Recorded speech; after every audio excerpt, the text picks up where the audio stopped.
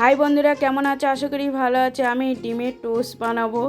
দেখুন, আমি ময়দাটাকে ভালো করে ময়াম দিয়ে দেব, একটু নুন, চিনি, একটু তেল দিয়ে আমি ভালো করে ম্যাশ করে নেব।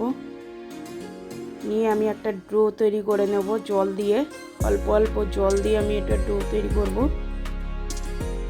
দেখুন আমার ডো হয়ে এসে আমি ভালো করে এটাকে ম্যাশ করতে হবে। দেখুন খুব নরম। আমি লেচি কেটে নিচ্ছি। আমি পেঁয়াজটাকে বড় বড় করে কেটে নিয়েছি, লঙ্কা কেটে নিয়েছি। আপনারা পারলে একটু ধনে পাতা অনেক কিছু দিতে পারেন, গাজর বিনস দিয়ে এটা বানাতে পারেন, কেন বাচ্চাদের স্কুলে টিফিনের জন্য খুবই ভালো। আমি লেচির মতন কেটে নিয়েছি।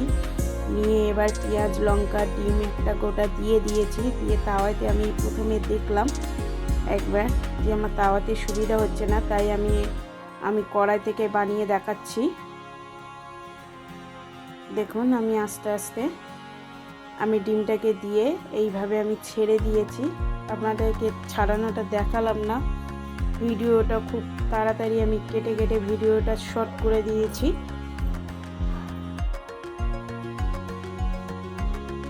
খুব তাড়াতাড়ি এই টিফিনটা বাচ্চাদের টিফিনেও দিতে পারেন বা বড়দের সকালে এটা ব্রেকফাস্টেও দিতে পারেন। এইভাবে এক এক করে আমি ভেজে নেব।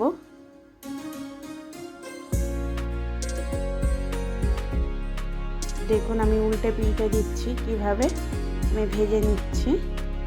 আমার ভাজা হয়ে এসছে, দেখুন কত সুন্দর হয়েছে। এটা ডিম প্যাটিস বলে, ডিম প্যাটিস বা ডিম কি বলবো, বিভিন্ন রকম নাম দিতে পারেন আপনারা। ডিম পরোটাও বলতে পারেন। এবার আমি এটাকে কেটে দেখাবো কেমন হয়েছে। বন্ধুরা, যদি কোনো ভুল হয়ে যায় মাফ করে দেবেন। আমি একটা কেটে আমি দেখাচ্ছি। কুসুমগুলো কত সুন্দর হয়েছে দেখতে। দেখুন, এগুলো বাচ্চারা খেতেও খুবই ভালোবাসবে, সসের সাথে বড়রাও খুবই ভালোবাসবে। জানি না, অনেকে অনেক রকম ব্রেকফাস্ট বানায়। টাটা বন্ধুরা, ভালো